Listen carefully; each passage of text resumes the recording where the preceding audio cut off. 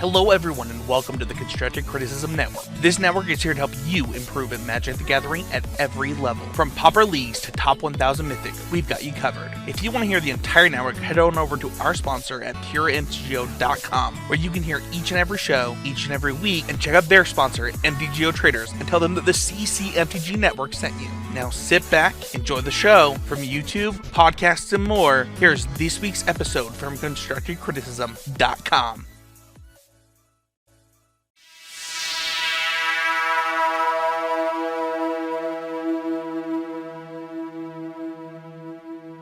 Hello, everyone, and welcome to episode 450 of Constructive Criticism. I'm your host, Spencer. I'm joined by my co-host, a co-host that's been with me for, I would assume,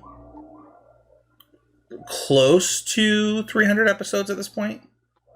Yeah, I think that sounds right, because I think my first episode that I was on, like, as a person, was around, like, the two-somethings, and then I was behind the scenes for a little before that, so that sounds about right. Yeah, I know that, like, you definitely were on as a person before 200. Mm-hmm. And I think that you started during just the Spencer Michael era. And that was definitely after 200. So you're like a year, at least like a year away from like definitely being at least participating in 300 episodes. Yeah, I think if you count me on camera or whatever, I've got to be like right around the corner from 300. But it's wild. Yeah, it's crazy, man. 450 is you know, we've been doing this. The podcast started 10 years ago this year, and it's crazy to think about. We're not going to talk about how long the podcast has been here today. We're going to talk about proactive and reactive sideboard cards and the type of things that you can kind of do in your sideboard with these type of cards, and how it should impact how you build your sideboard, how you prepare for sideboarding, things like that. Before we do that, though, the point of the podcast is to be always improving. We want to be getting better each and every week. And Mason, you're going to go first. What was your always improving moment this week? Yeah, my always improving moment comes from Pioneer, where my friend Trey was wanting to play an RCQ, and he wanted to play the Atraxa deck, the Neoform deck. He was like, do you think it's pretty good? Blah, blah, blah. And I was like, yeah, I think the deck's good or whatever. I wish I could help more, but I'm kind of busy. And then after I got another commentary on Saturday for the NRG, he was in top 8, and he had just drawn into the top 8 in round 5. And so I got in the car, and I drove over there and watched him. And I was watching the deck play, and I was looking at the sideboard and everything. I was like, dang, this just like seems really close to great, but just someone hasn't like gone and actually mapped up the sideboard. So Trey and I like sat down and talked about sideboard mapping and sort of like what things look like and spitballed some stuff, and got the sideboard to a place where I was much happier with it. And then just got in to start actually like playing a bunch of Magic with it. And I've played 7-ish leagues now, and I've 4-1'd all of them so far. And I just like, it's incredible how the always bring one comes from like sitting down and actually putting the work in, and like mapping out those sort of things gives you such a huge edge, especially when your deck is something that people aren't quite ready for and is doing something so powerful and proactive in the format. And so I've been loving this deck, and I just can't get enough of it. And so that sort of whole process was my always improving moment. What is sideboard mapping?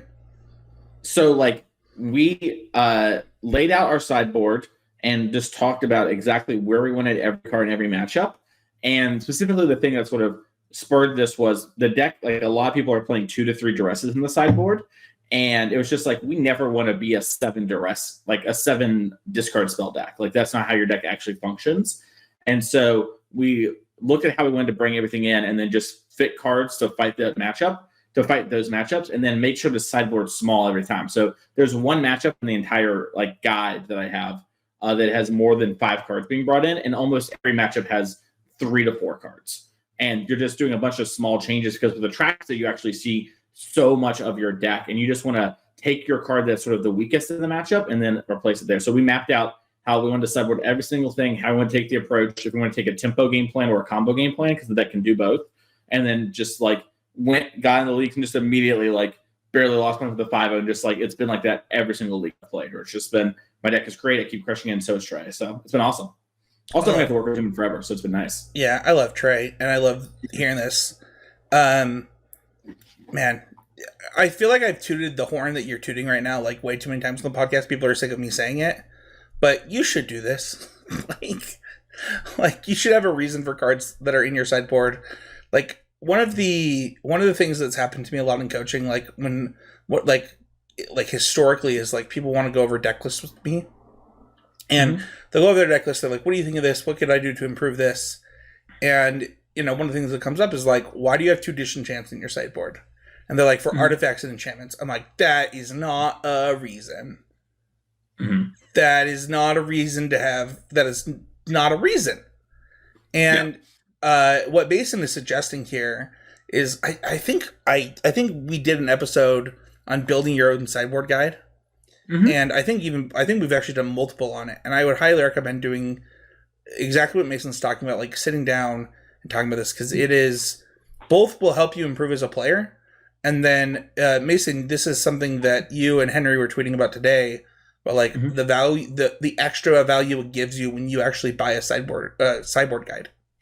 Yeah, this is something I think I learned from CC back when I was a listener. But writing your own sideboard guide before you buy one, I think is super important. Even if you don't even know what's going on, just like take 30 minutes and just try to think about like the top couple of matchups and what you think might matter, and then write some ins and outs, and then write like what you think the key cards are. I think that I do in coaching a bunch when I like go over people and people want to work on sideboard guiding or sideboard guides or macro game planning, is I always tell everyone, pick the matchup you want to play against, like you want to talk about with against your deck. So let's assume we're talking about Rakdos versus the Neoform deck, right? I'll tell them, what are the 3 best cards Rakdos has against you in the main deck, and what are the 2 worst cards? And then once you identify those, you do the same for your deck, and then you go like, okay, we've identified these things. How do we want to sideboard with that information? And then think about how they're going to sideboard. And then from there, you can sort of get an idea of the matchup and what's going on. And so I think that's really important. And so if you're out there and you're having issues with sideboarding, I really suggest doing that whole exercise I just talked about. I think it leads to great dividends and sort of understanding a matchup. And you're going to get stuff wrong, but that's okay. You're going to stumble, but you're going to get back up again and learn, and you'll improve at these things consistently over time. Yeah, I love it, man. For me, I had a lot going on the last little while, like just kind of preparing for this RC. And while I'm not doing it solo, like I'm working with a couple of people. The team that I had put together based on the first RC, just like, I don't want to say fell apart. QJ didn't qualify, and Matt didn't try to qualify. I think QJ had like 11 top 8s and just didn't convert. And then, a couple of people actually just quit Magic, due to like really crazy stuff. So it's just been me, Patty B, and hopefully this week I'll get a test with Mr. William Jackson, who took 3rd in the challenge this weekend with Mono White. But we've been kind of preparing a little bit in silo, but like communicating. But one of the things, and shout out to our Patreon, because I'm going to be doing something for this, is kind of working on standard and making sure my deck follows what I believe the rules of engagement are going into the RC. So one of the things that I'll be doing is making a video for patrons only that has the rules of engagement, of my belief of the rules of engagement for standard going into the RC. And then what I'm trying to do is I'll have the 3 decks that I'm considering and going through them and like, does this follow the rules or not? As I try and pick my deck. And I think this is something that people should do more often when picking a deck. I know that I fall into the trap of like just wanting to play my favorite cards or cards that I believe are powerful or have a powerful interaction, rather than actually looking at like, okay, what do I need to understand going into this weekend? What are the rules of engagement for the weekend, and am I passing those or not? Or have I done something that skips some rules or something like that? And this is something that I've actually had people do in coaching too, where I'm like, hey, I want you to be able to explain to me what you believe this format is about and the things that a deck has to do to be successful. And if you can do that and you can articulate that to me, we can actually move a lot faster. And no, I really like that. And this is something that I'm going to do for the Patreon, but it's also something that I'm doing personally as I prepare for San Diego. Are you excited for San Diego, by the way? Not to get off the always improving thing real quick here, but we're a week away from it. I guess we're a little over a week away from it now, but Where you at on that? Are you excited? Yeah, I think that it's really funny. There was another podcast called First Strike that had an episode about kind of the last RC brand of RCs and kind of the Canadian stuff, because they're really Canadian focused. And it was really interesting to listen to that podcast and hear kind of the differences in their opinions from what we did in our standard mega rankings. Mm-hmm. And I think the format has changed even more and is ever evolving as we approach the US RC. And I honestly think this is like one of the better standard formats. It took me a really long time to, I think, understand where I want to be in the format and why I want to be there. And I'm a standard guy. Like, I play a ton of standard just for fun. So if I'm saying like this format is complicated and people just assumed Grixis was the best deck for a long time and didn't push the boundary, and now we just had the second Canadian RC, there were no Grixis decks in the top 16. Actually zero. And I think that that's a testament to like pushing the boundaries of a format and what a format that has really interesting things. I actually, just kind of a shout out to you, like, I actually think the Parmesan theory in this standard format is true. I actually think that Grixis, its only Parmesan, is either a form of lots of Sheldreds and lots of, like, there are different ways that Grixis can build Parmesan into its deck, but it has a baseline Parmesan of the Fable interaction. But I think that kind of everyone's aware of that, and I think it is actually important to be able to break stalemates in this format, and you have to find a way to do that. Yeah, that makes a lot of sense.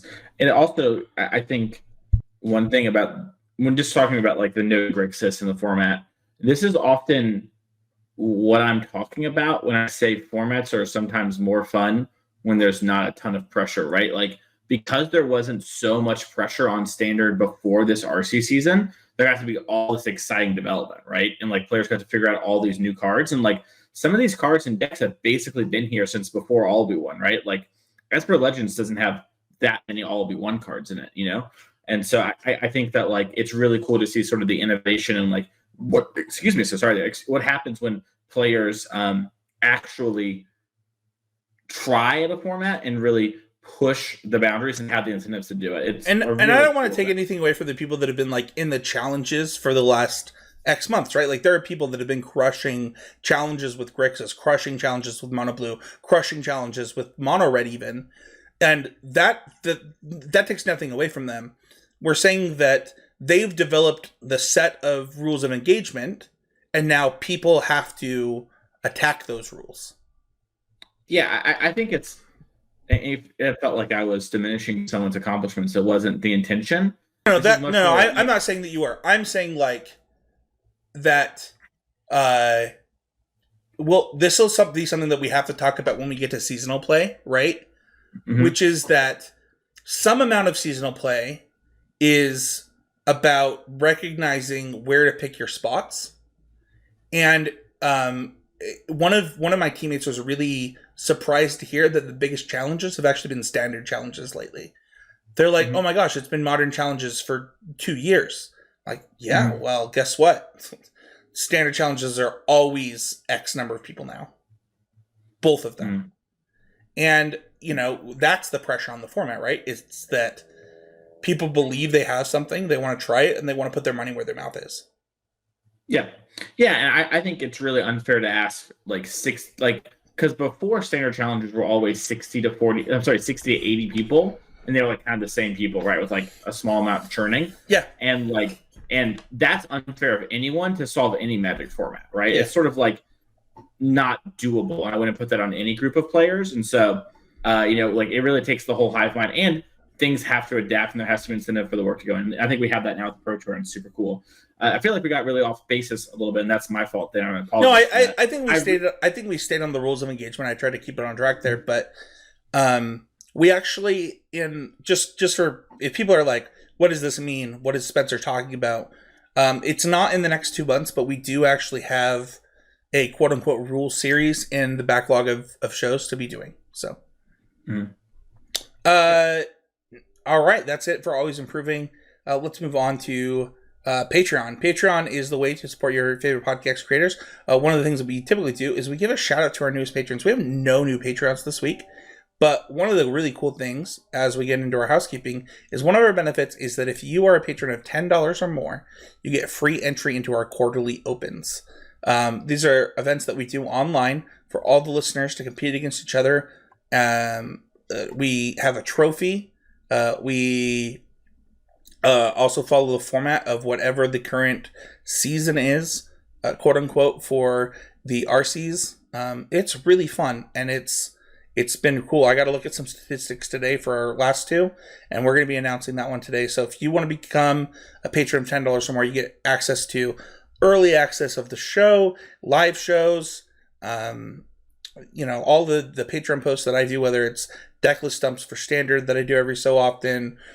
We have some stuff coming down the pipeline, but the thing that I just talked about, like this thing will be available on that as well. But one of the really cool benefits is that you get free entry into that open series that we're doing.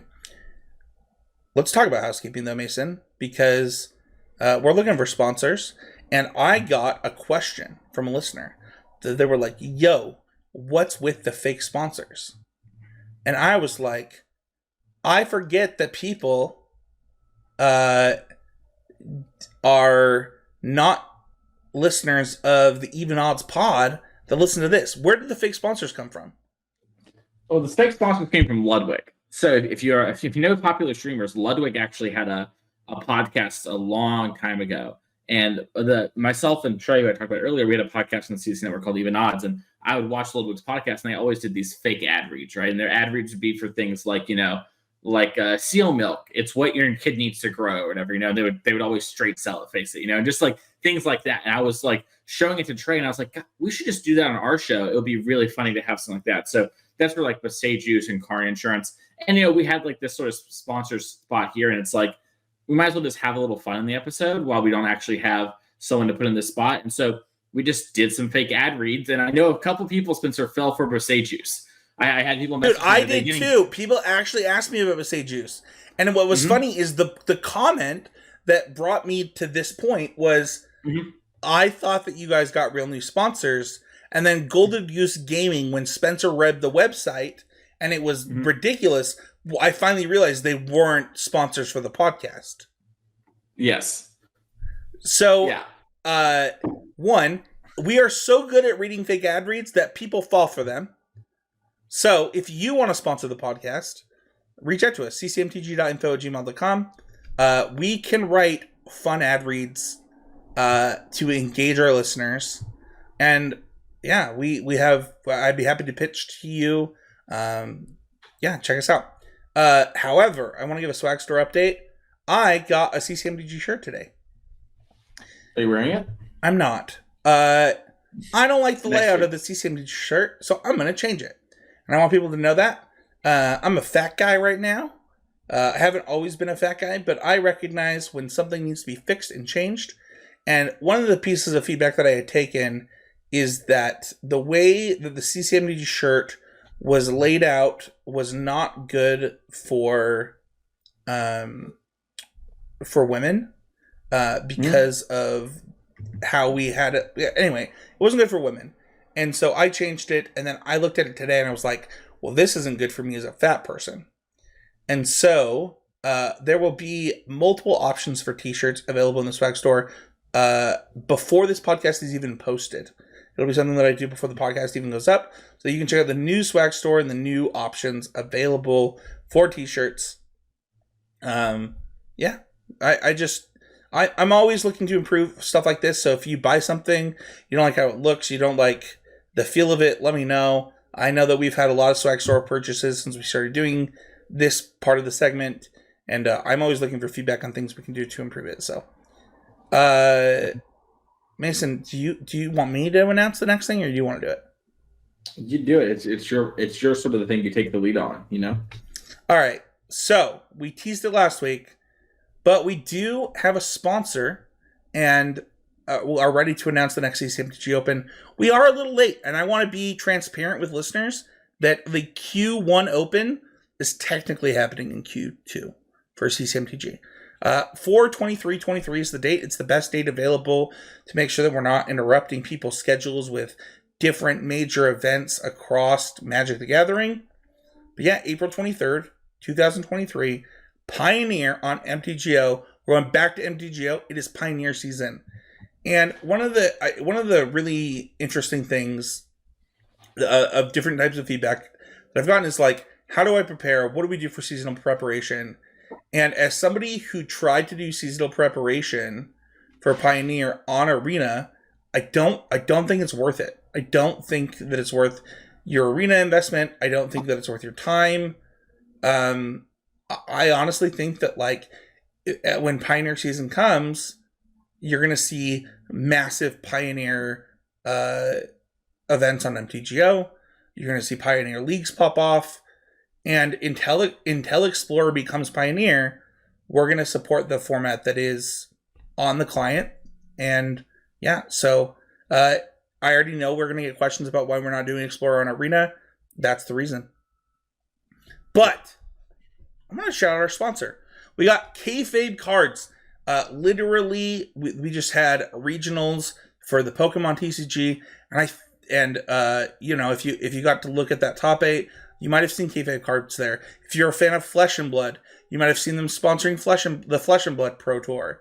Kayfabe Cards is owned by longtime SCG grinders Nick Lassen and Jonathan Job, and they've agreed to sponsor our Open with $500 credit plus. So the way this will work, just like every Open, is 200 credits and a trophy to first, $100 credit to second, 50 to third and fourth, and 25 to the top 8, and then additional prizes based on attendance.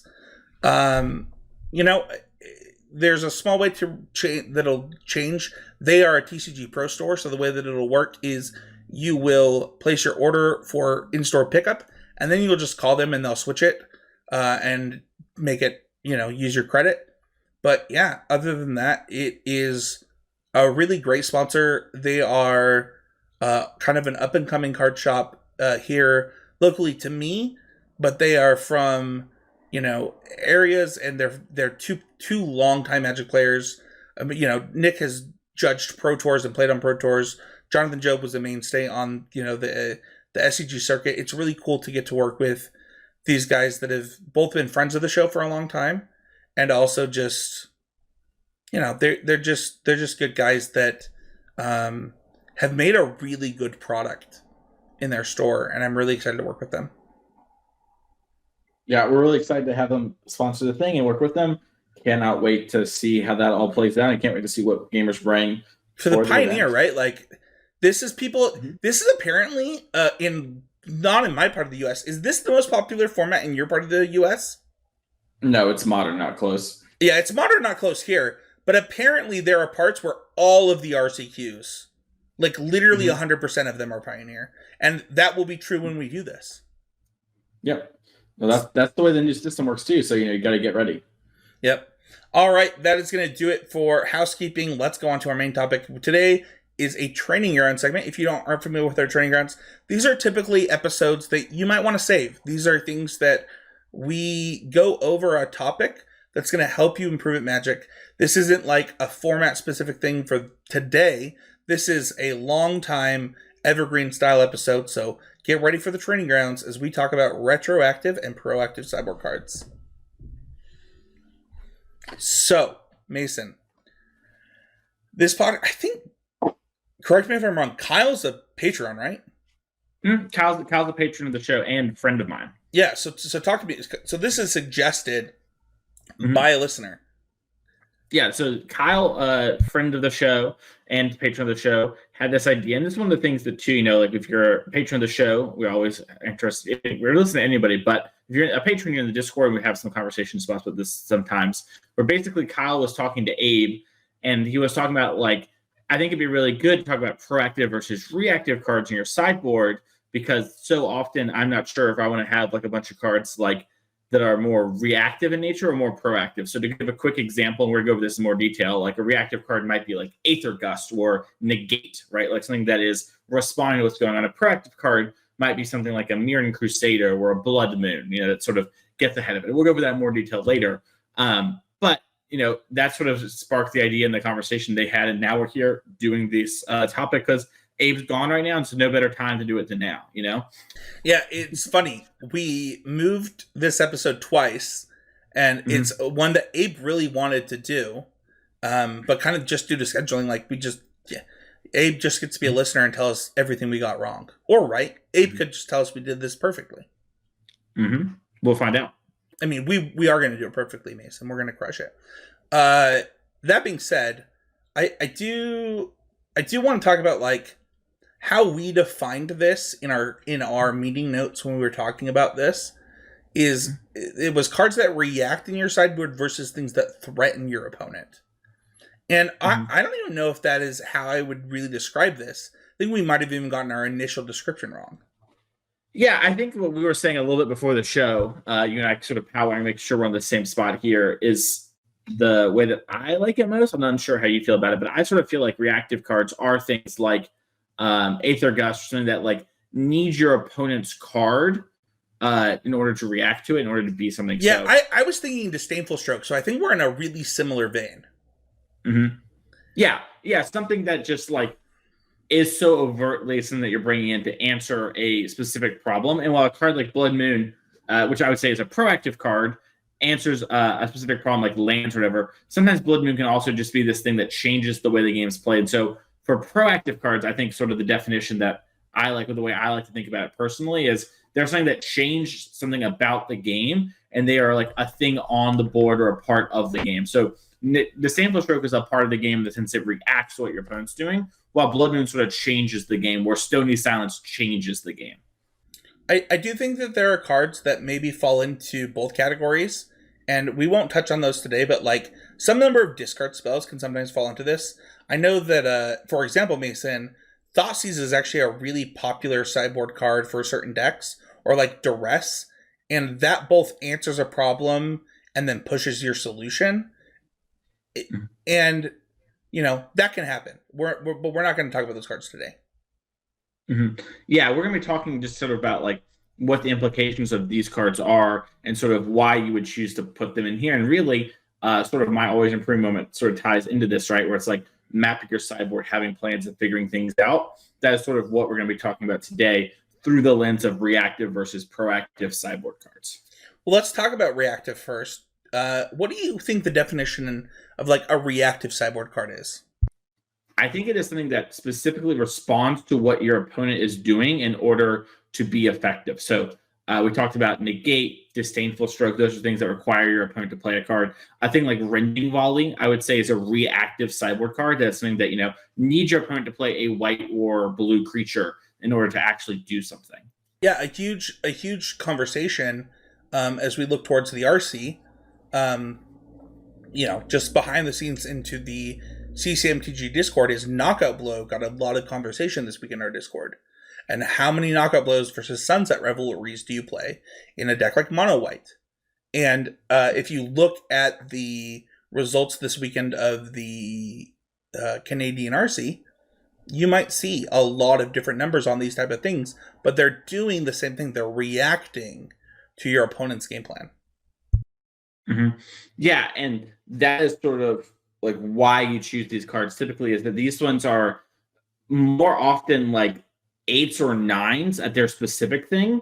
They sort of often do it in a one-off sort of way, right? So it won't solve the problem forever, but it's very impactful in that moment. So, Knockout Blow, Rending Volley, Death's Mark, these are all cards that sort of, when used in the right spots, are highly efficient and highly impactful into a game, but they don't have lasting effects outside of killing something, right? Where they don't have something that changes the dynamic. They sort of solve a problem in a much more traditional sideboard card sense.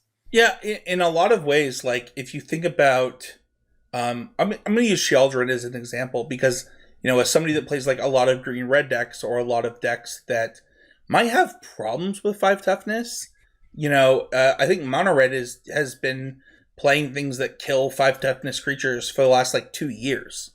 And those are reactive sideboard cards, right? Like they're saying, I have a problem, I need to react to this problem, and depending on what you're doing. In fact, I'm just going to use the last winner of the CCMBG Open as an example. So one of the cards that was in our mono red sideboard winner, by the way, if you were curious if mono red was good a long time ago, our open winner played it, and they had Redding Flames in their sideboard. This card is 2 and a red for an instant. It deals 5 damage to target creature or planeswalker. If that permanent is a spirit, it deals 2. And they had a game where their opponent made 2 spirits, and they were able to win with Rending Flames. But like, this is only a card in your sideboard because you need to deal with high toughness creatures in a deck like mono red or Gruul, or even like blue red, right? Like you need to be able to like kill something that you wouldn't normally be able to kill with like a lightning strike or something. Mm-hmm. Yeah, and I think also like it's important to note the way that you think about cards and choose to play them really matters here. So a good example of this might be like if you put a Blue Sun's Twilight or an Invoke the Winds in your sideboard, that can be a reactive answer to Shieldred, despite being a card that's proactive if you choose to play it and think of it in that way, right? So sometimes cards are going to blend here, but this sort of goes to the main idea of having a game plan beats no game plan all the time, and knowing the reason you're putting your cards in your deck and playing them is so important. Because if someone else just picks up your deck and like, oh, there's a control magic, I guess I just bring this in against all creature decks, and you're like, actually, no, that's really just a way to answer Shieldred. The mono blue deck is really weak to that card, so I just play a bunch of this is so true in current standard that I want to hammer at home, Mason. In that, like, one of the questions that I had going into the RC was which is better, Blue Sun's Twilight or Invoke the Winds, and it wasn't a question of one of the questions to be answered is when do I want this effect? Do I only want it versus Obliterator or Vindicator or Sheldred? Or do I want it against Fable, right? Because I can just 2 mana steal the token, or whatever. And this is really important. It goes back to our always improving segment. 100%, yeah.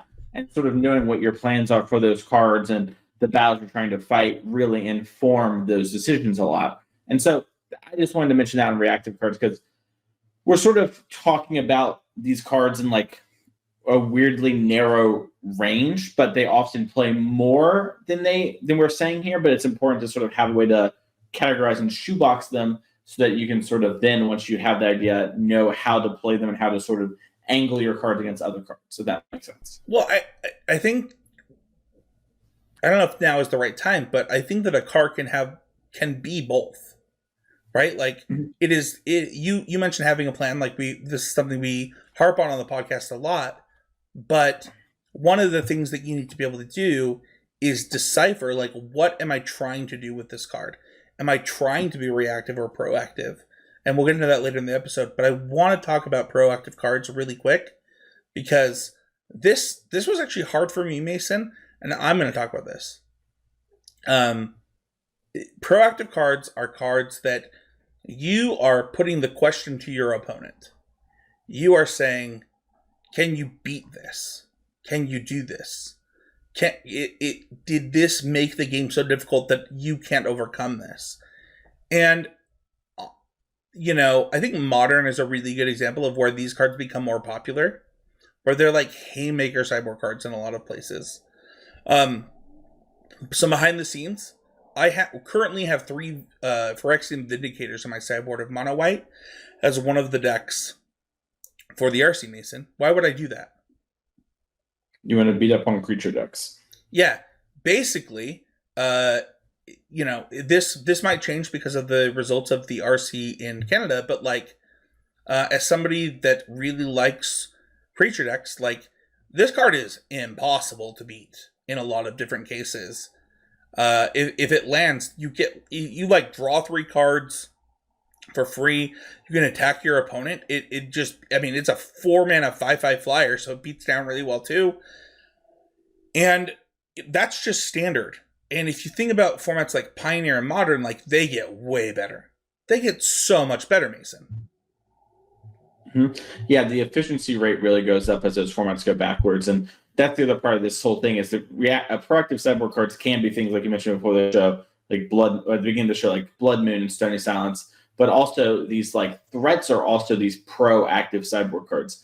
I think like a really good example of this is the Suspicious Stowaway from the RC in Canada this past weekend in the Esper Legends deck, where that is a card that they sort of bring in the mirrors and in other like grindier matchups is the thing that's like, hey, you kind of have to beat this. This changes the dynamic of the game so much, and you can't just sit there and not cast spells. You kind of like you start to ask questions, and what's really cool about proactive sideboard cards is you typically have them because you know your opponent's going to have a hard time answering them. Mm-hmm. Yeah, Carnage Tyrant is sort of an oldie but a goodie in this example, right? Like can't be countered, hexproof, 7/6 trample. It's like, all right, well, how do you beat this thing? And the answer is you probably didn't. Only good thing they beat a Carnage Tyrant was another Carnage Tyrant, and like having things like that are very important, especially in when it comes to like those bigger creatures and lower power formats like Standard, where if you find something that has an exploit in the metagame, they probably don't have broad enough sideboard cards to answer it. Where if you played that in Modern, your opponents might just have some cards that invalidate it due to just this wide power level. Yeah, I think a really good example of this that we could help the listeners understand is like, let's go out of Standard, because I think that it's really natural for us to talk about this.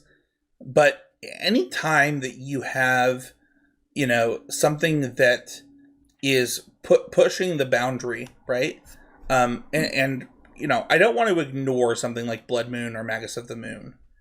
I think that it's actually important to talk about where this is saying the game is about this thing now. And I also want to say that there are other versions of this where you're making the game about something. I actually think that the Pro Tour that we just had, the Reduke one, he had a very proactive sideboard in his card very proactive card in his sideboard. Sorry. Do you know which one I'm thinking of, Mason? Hullbreaker Horror. That's right. What just happened? The whole entire thing changed. What is going on here? That is Reed and the Channel Fireball team sort of taking their combo game plan and moving their deck to have this sort of proactive new sideboard plan that is basically zigging when your opponent is zagging, right? They're trying to be like, hey, if I bring in cards like Necromantia, your deck just doesn't work. They're like, well, not only were your Necromantia names be wrong, but I didn't just fight through these cards pretty easily now. I just have six real cards in my deck instead of these 4 combo enablers and 2 combo pieces. Yeah, one of the things that I really liked then that I learned from that, and I'm going to use this moment to talk about this, is like my sideboard changed in my Modern deck against Necromantia style effects because of what they did. Where I'm like, okay, what if I just put castable threats that I'm really happy hitting off of a creativity into my Modern creativity deck? Right? Then I get to be proactive against the things that they're doing. So the example that I will use in this is I started playing Fury in my sideboard of creativity so that I could beat the green-black Yogg decks. And then I'm like, well, okay, how many matchups is Fury better than Grave Titan, which is the card that I was playing before for that matchup? And how often does this do the same thing? Like if they take away my creativities, right? What am I left with? Well, I'm left with a very castable Fury that is really good in the matchup. Mm-hmm. Yeah, and you'll see players do it with stuff like that, or some players play the Eldrazi Titans to beat the mill decks, but also if their opponent shows them Necromantia, they're like, all right, and we're cool, it's time to get in, and they'll do that sort of thing too. And so this is something that you'll do at every format level and every power level. In Legacy, we see this happen too with Reanimator decks, right? Where those sideboard show and tell in the blue builds and be like, all right, I am now sort of, dodging your sort of hate. So it's something that is very common. It'll be helpful in all your sort of Match the Magic, understanding these cards and how to use them? So really quickly, before we move on, I think we missed a segment, and that's my fault as the host. But why choose a proactive versus reactive card, Mason? Yeah, so a proactive card is going to change the dynamic of the matchup and make it where it is something that your opponent now is forced to answer typically and put them on the back foot. So a good example of this might be something like Phyrexian Crusader or Mirran Crusader in Old Modern, where those cards were incredibly hard to answer and invalidate. And by playing them, your opponent sort of had to change the whole game plan and had to figure out a way to stop them, or those cards would solo you. A similar thing to like Blood Moon sort of does this too, where it changes the dynamic. Typically, that is preying on specific strategies, but it makes the game about something else. And then that can either buy you time or be something that you protect with other reactive sideboard cards and sort of a mixture to go the distance. Yeah, I think that what's really interesting is like both of these are really format dependent, right? Is because you're either asking a question that a format can't solve, or like most decks in the format aren't prepared for, or you're answering a really common problem in the format. And that's something you've got to figure out. How do you think that you know though? Like, yeah, I just said that they got to figure it out, but like, let's help them. How do you know if a problem requires a reactive or proactive answer? Typically, it's going to come down to the play patterns of the matchup and how your deck lines up against their deck. And so that's an important thing. We talked at the beginning of the show about like, hey, think about like, their 3 most important cards and their 2 worst cards and the same for you, and sort of go from there. This is sort of like the next sort of level that of like, okay, who is sort of favored in this game and what kind of role am I taking? And then playing and building your cards according to that role that you want. You A, want to play the games, and B, you think the games are played on. So to give an example, in Modern with like 4-color, a lot of my sideboard, in fact, basically all of it is reactive cards outside of Chalice of the Void and Elish Norn, where I'm in most parts just answering what you're doing. And because I know my deck can't play that proactive role, and I can't really turn the corner. So I don't try to force something like, an Eldrazi Titan or a Crusader or some sort of, creature like that, or some Hate Bear. I instead just choose to play the role that my deck is doing. But in a deck like Murktide, where you shift your dynamics up a bunch, you might want to be having more flexible cards and cards for lots of different roles, and sort of being able to play the games the way you want to, and sort of figuring out like, okay, this is how games play. And then once I understand that, I can then build my sideboard to help play the game plans that I want to play, that I think abuse this the best. Yeah, I think that like we did an episode on like problem kind of like problem validation and like how to approach. I think it's lateral thinking part 1, and this is part of that, where you need to understand like what is the thing about before you can answer this question. And it is about there's a really funny TikTok, Mason, I'm sure you've seen it, of like where does this thing fit into this baby toy, right? And the answer is always the square hole. The answer is always, where does the circle go? Oh, the square hole. Where does the triangle go? Oh, the square hole. Where does the cylinder go? Oh, the square hole. Where's the, and it's really funny, but it is unfortunately not how it works in Magic. However, it can be how it works in Magic. You can fit different tools into different spots so that you can maximize your 15 cards, but you have to identify the problem first. You have to know what you're trying to solve. A really good example of this is right now, if I was to play Grixis at the RC, I would play Disdainful Stroke. And that has to do with the mono-white matchup and how popular that deck is, and the problem cards in that matchup, like Farewell and the Wandering, whatever the Eternal Wanderer, is that the name of the card? Yes. Yeah. And kind of understanding like what is this matchup about? Whereas historically, I would play Negate in that spot. The thing is that the deck also has a problem with Sheoldred, and it happens to answer all of those things. Mm-hmm. So you have to both know your problem and then decide. In that case, I am trying to be proactive or reactive, whereas against the aggro decks, I've already mentioned that I like a proactive card. I'm trying to say, can you beat this 5/5 flyer without damage? So, this is a question that I actually got from the listeners when I posted the schedule, because I think that some of the listeners knew what this was going to be about. And it's, can I have too many reactive or proactive cards? Mason, why don't you talk about that?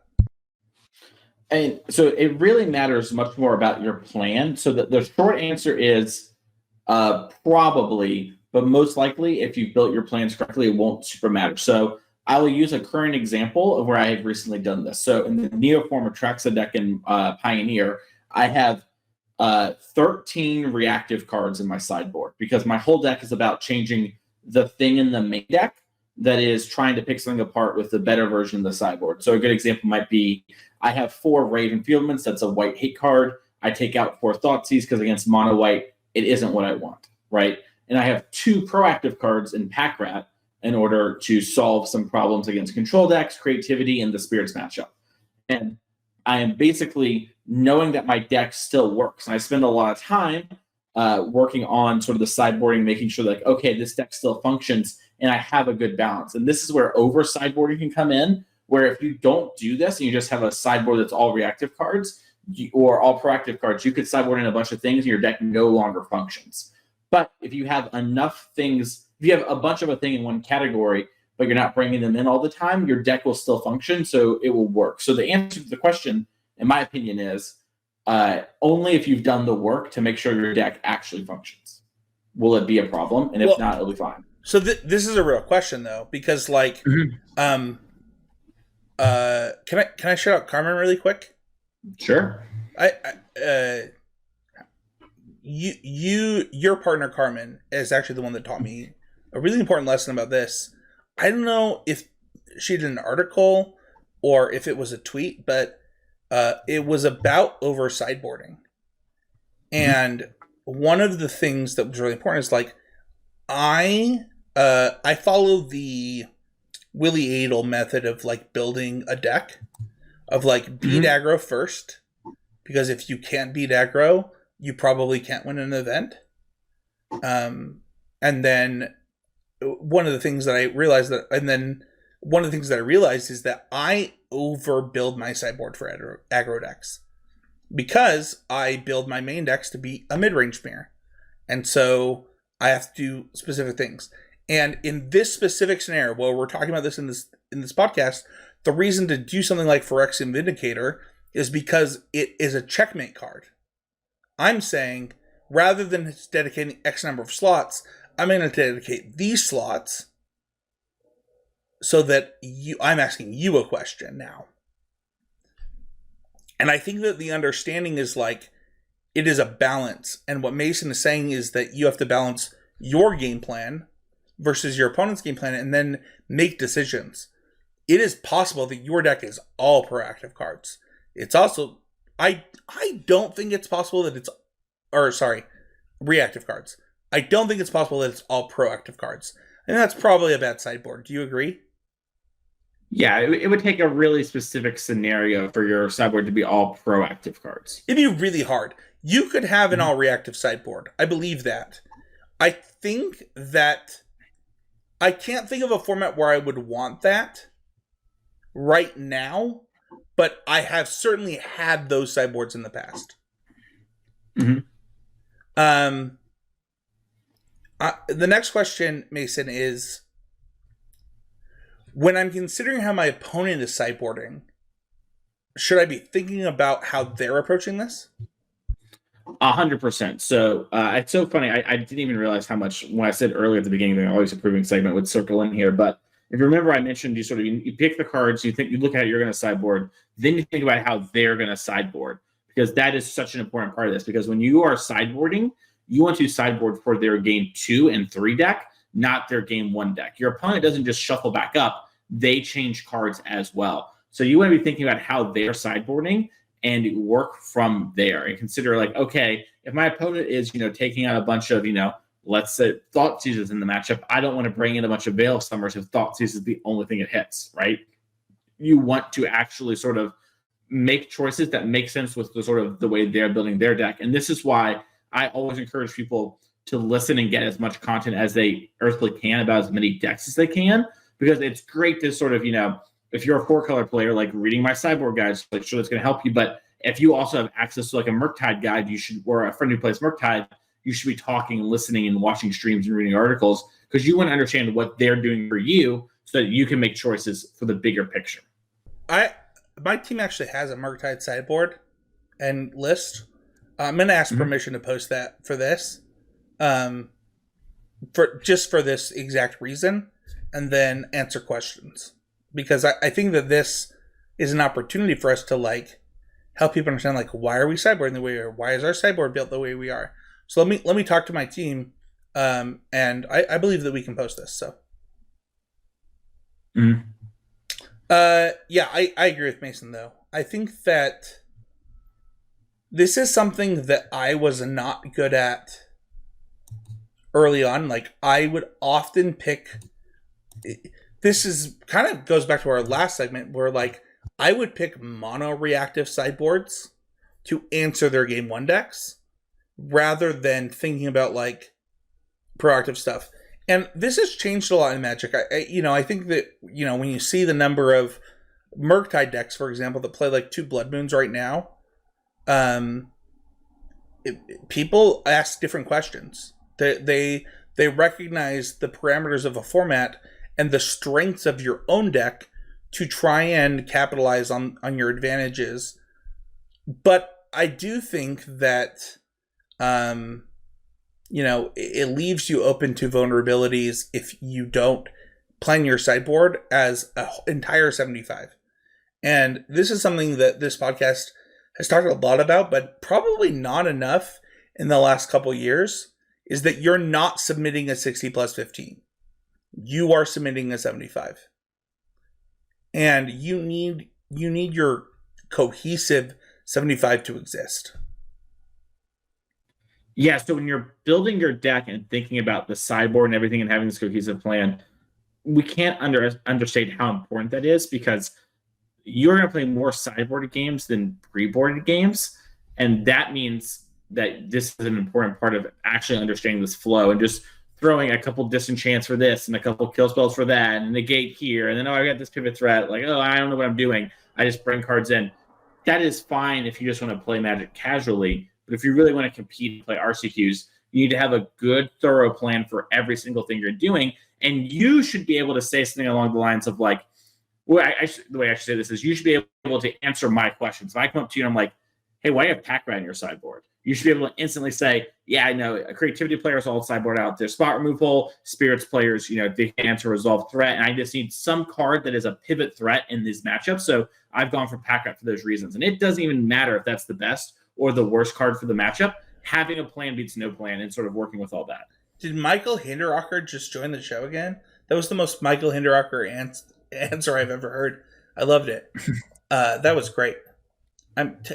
Plus 5 points for Mason. Somebody start keeping track. No, I agree. I think that,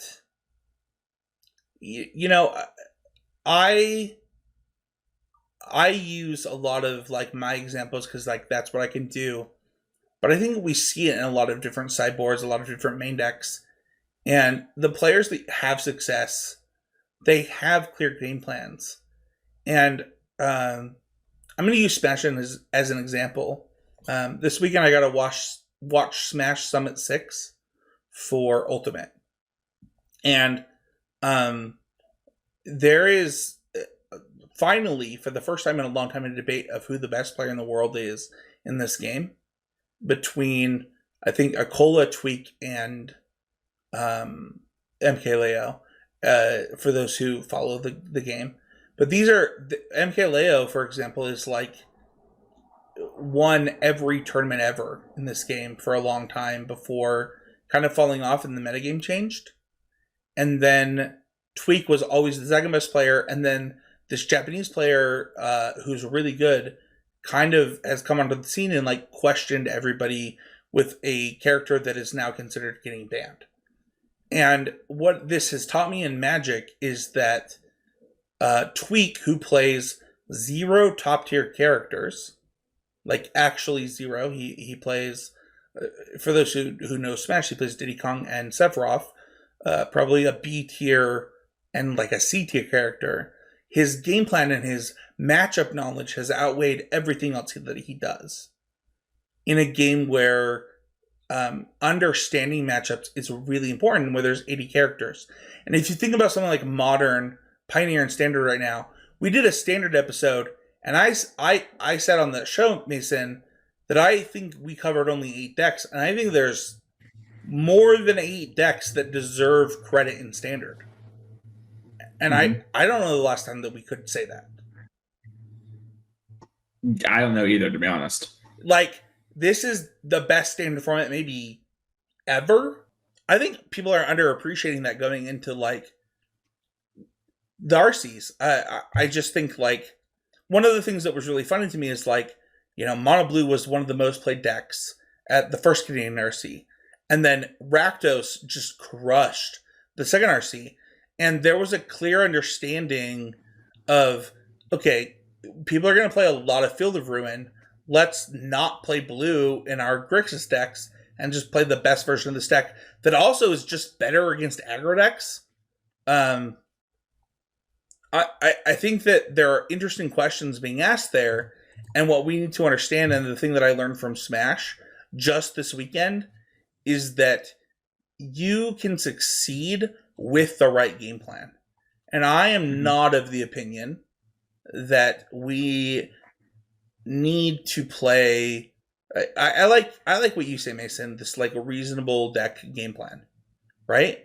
I'm not playing some F tier deck. If I'm playing a B and above, but I have a really clear game plan and a reason for what I'm doing, my reason and my game plan outweigh somebody that's just playing an S tier deck with no reason and no game plan. And this topic, this sideboard topic, really hammers that home. I big agree. So that is going to do it. Mason, this is a new thing that I want to do, so we can edit it out if it sucks. But how can people apply this week? Do what I said at the beginning of the episode and do it now. Where, seriously, like, I'm going to literally give you all a free little mini thing I do in coaching. You just don't get to do it with me. So pick a matchup in whatever format you like against a deck that it's going to be very popular. You're going to play against a lot. Think about what 3 cards of theirs are the best cards, the ones that make you groan, the ones you can't beat. Think about the 2 cards that you're the happiest to see, the ones that maybe don't do anything. Do the same thing for your deck. Think about how you sideboard. Think about how they're probably going to sideboard. Spoiler alerts, the 2 bad cards probably come out. That's going to make it easy for you. And then now that you've done that part, go back to your deck and think about, okay, they're doing this, I'm doing this. Do I want to change anything now that this has happened? And then, Spencer, the sort of secret is that, you know, I don't really tell people is when I'm often building my sideboards is I'm doing this with all the cards available to me. And then I sort of build my plans from there. I'm like, okay, these are things I want to do. This is what I want to have happen to me. I don't have this rigid sideboard. It's easier when you're doing this with a rigid sideboard, but then now you're sort of thinking about, okay, do I have proactive, reactive cards? How does this matchup play out? How do these things go? And sort of really think about like, okay, I have thought about the matchup. I have thought about how the matchup is playing out. I have now picked cards to help me play the game plans that I think I want to play on a macro level in this matchup. And then go from there and do that with a bunch of matchups. And you will stumble and it will be hard at first, but it will lead to huge benefits when you think through your deck and your game plan like this. Yeah, I have very little to add because, one, I think that I taught you some of this, but 2, I also think that, like, when you think about how to apply this topic, it becomes about identifying the problems that your deck has pre and post board, and then applying the appropriate solutions, and then building your entire 75 across it. And one of the things that I challenge the people that I coach to do is being able to articulate it. And this actually comes from something that happened at work at one point that I'm going to talk about on this podcast is that if I can articulate the problem we are trying to solve to somebody else to help them understand why we're trying to solve it, I probably don't have an understanding of that problem. Because Go ahead. No, I was just going to say, I was about to say, being able to teach somebody something is a great way to sort of know it inside out. If you can't teach it, you might understand it, but you maybe don't have a mastery of it. Right. So, like, if I'm building a sideboard, I need to be able to help somebody understand. And I think you said this earlier in the episode, is that if I walked up to you and say, why are there disenchants in your sideboard? And your answer is because Reckon or Bankbuster exists, that's not a good answer. Mm-hmm. Like, is Bankbuster the problem? If so, what is the problem with Bankbuster, and solve that problem? And I think that is how you need to apply this. Is, there are things that you can do to solve that problem without it just being disenchant. So, that is it for the trading grounds. Let us know what you think. Leave a comment, on YouTube if you're listening there. It's one of the best ways to help us grow the show, as well as give us feedback, or just email the show, ccmdg.info@gmail.com. Let us know what you thought of this trading grounds. Patreons get to ask a question every single week, and then our bonus episodes include all the questions we haven't answered recently. This week, Christian says, when picking a deck for an important tournament, how much do you value what you think the best deck is versus what you feel the most comfortable with personally and like the most? I'm going to go first. I'm going to a really important tournament. I think that valuing what the best deck is has been a mistake for me in the past, and I might currently be underrating it. I think the best deck right now is Esper Legends. Not close. And I think that going into the standard RC, people know that. I think that we're in an era of information where everyone knows that Esper Legends is the best deck. And so I value a few things. One, why is it the best deck is a really important question to me. If it's the best deck because nobody can beat it, it has no bad matchups, I'm just going to play that deck. Like, I played Cobblade. I went off of a Primeval Titan deck. Like, listen, if you know me, I went off of a Lotus Cobra Primeval Titan deck to play Cobblade. I'm willing to do that. I do not believe that is the case with Esper Legends. However, if it was, that answers your question. If it's that good, you should just play it. And you should figure out stuff for it. I think a lot of people believe that about Grixis like 4 weeks ago. Maybe more than that. Maybe 6 weeks ago. I think a lot of people still think it for what it's worth. But that's a different conversation. They're wrong. I do think, though, the question of like what you're most comfortable with and what you like the most, that is a different question because it depends on who you are as a player. This is something that Smash taught me that I'm going to go back to Smash. I love 3 characters in Smash total. I love Greninja, I love Pokemon Trainer, and I love Wolf. And they are very different characters, but like kind of have some similar things between them. And Magic is a really similar in a lot of ways where like, if there's a good ramp deck, I will probably just play the ramp deck. It has to follow the rules of engagement for the format, and I have to be able to win with it. But it's for a specific reason. It is because I play Magic better when I'm happy.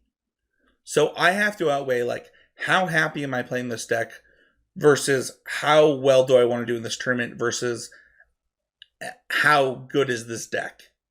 And that is a personal question. Like, you get to decide this part. And I think asking me and Mason and Abe this question about how we value these things, that's not how this works. I don't believe it's how it works. We had is it Kellen? Is his name Kellen? Kellen Pastor. Yeah, we had Kellen on. The dude can crush it with anything he loves, but he probably can't crush it with things he doesn't love. He doesn't play good Magic that way. That is important. PV, we had PV on when he was playing Esper Dragons. PV is the same way. Like, PV has to be into his deck. PV, when he played silver, when he got silver instead of gold for the first time ever, he played Burn It 2 Pro Tours. Like, this is a personal question, is my opinion. What about you, Mason? I have a question for you, actually, Spencer. And I'm legitimately curious to hear what you think about this, and we can get rid of it if you want to. Do you think the fact that your enjoyment directly ties to how well you mentioned your enjoyment ties to how well you play, or is a factor in it? Do you think there's a spot for improvement in you, or do you think that's a thing that you should own? That's an interesting question. I think that, like,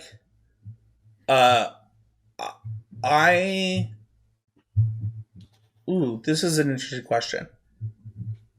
I do not believe that you can change this part about yourself. I am curious if you believe that you can. But, like, one of the reasons that I learned to play aggro decks the way that I did, and one of the reasons that I think in the next year I'll learn to play combo decks the way that I did, is so that I can have more fun doing those things. So I do believe that it's something that you can improve on, because knowledge gives me enjoyment. But I'm going to pick something that I'm going to enjoy, because I do not play good Magic when I'm miserable. And that's, like, and there are lots of decks that I have just said, I'm not playing that. It's not fun for me. Like, that I won't play unless it's clearly so much better than everything else.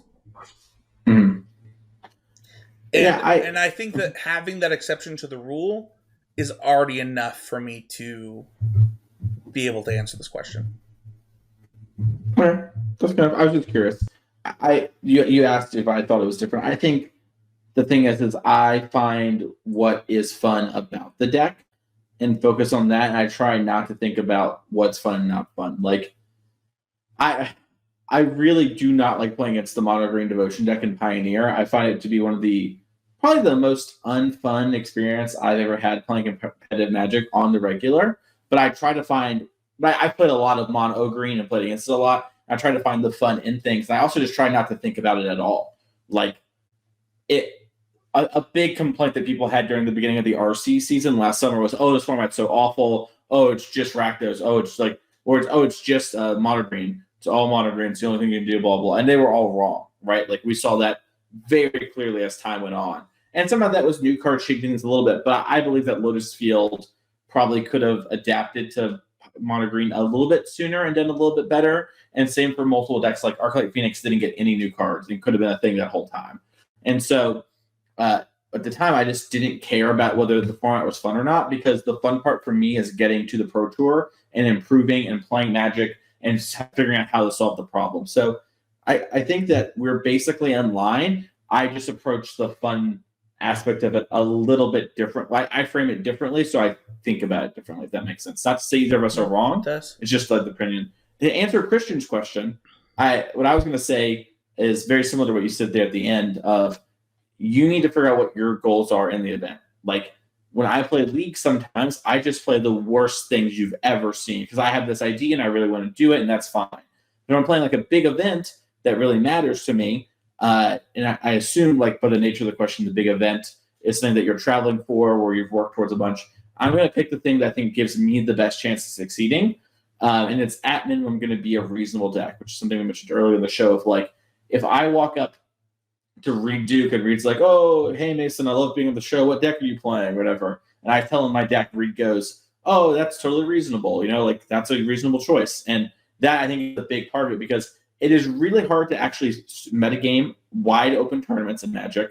And it is often best to have a good deck that you understand really well and you can play well, and it's just not bad. So, like, 4-color control, best deck of all summer, whatever, I played it all the time. It wasn't close. I put it in RCQ recently because I knew it was a deck that was very good given the updates, and I could play really well, and I was important. Like the RCQ mattered for me because I wanted to qualify for the RC in Dallas. So I played the deck that I thought would give me the best, even though like common knowledge would say that I should play the Hammer Time deck, which I do think is maybe the best deck in Modern.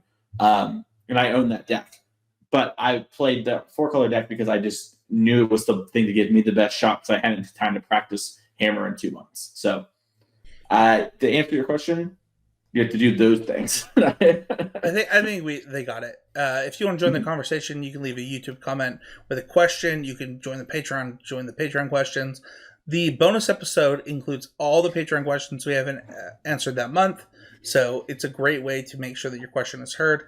You can also just tweet at us on Twitter, join the conversation through the public Discord for Easy Game Media or the private Discord for patrons of the show. If you want to try the rest of the network right now, I got an edited episode of Mythicast coming up with Michaela. Did it without me because my son was sick, but I just want to give her a shout out. It's really cool to have a co-host that's able to take over a role when I'm not available. I think Michaela's great and one of the better Magic players that people don't talk about, as well as Sam Black's amazing drafting archetypes. It is one of the best Magic podcasts. On my private Twitter, I just tout this podcast all the time. I think that what Sam is doing is unparalleled for Magic content right now, and it will give you immediate gains as well as make you question your beliefs in a given limited format. And as we get closer to understanding seasonal preparation, and there will be more sealed tournaments because of this, it's going to be an unparalleled podcast to help you understand formats. Like, comment, sub, review. Those are the best way to support the show without monetary value. And then if people want to find me, they can find me at Spencer13H. They can email me at spencerhowland@gmail.com. I don't have any available coaching sessions. I'm coaching as many people as I can right now. But I would encourage you to reach out to Abe at More Nothings on Twitter. He's pretty great and has a ton of spots. Mason, you're a full-time coach. Where will reach out to you? Reach out to me. Sorry, hang on. You can find me at Twitter at Mason E. Clark. You can find me at twitch.tv/TheMasonClark.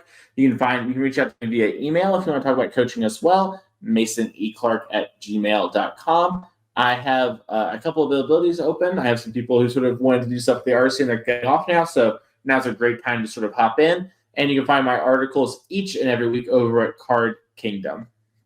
I gotta read your last one. I'm really excited for it. If you love the show, make sure to leave a like, a comment, and a review. I already mentioned that, but I wanted to mention it again because it actually is really important to help the show out.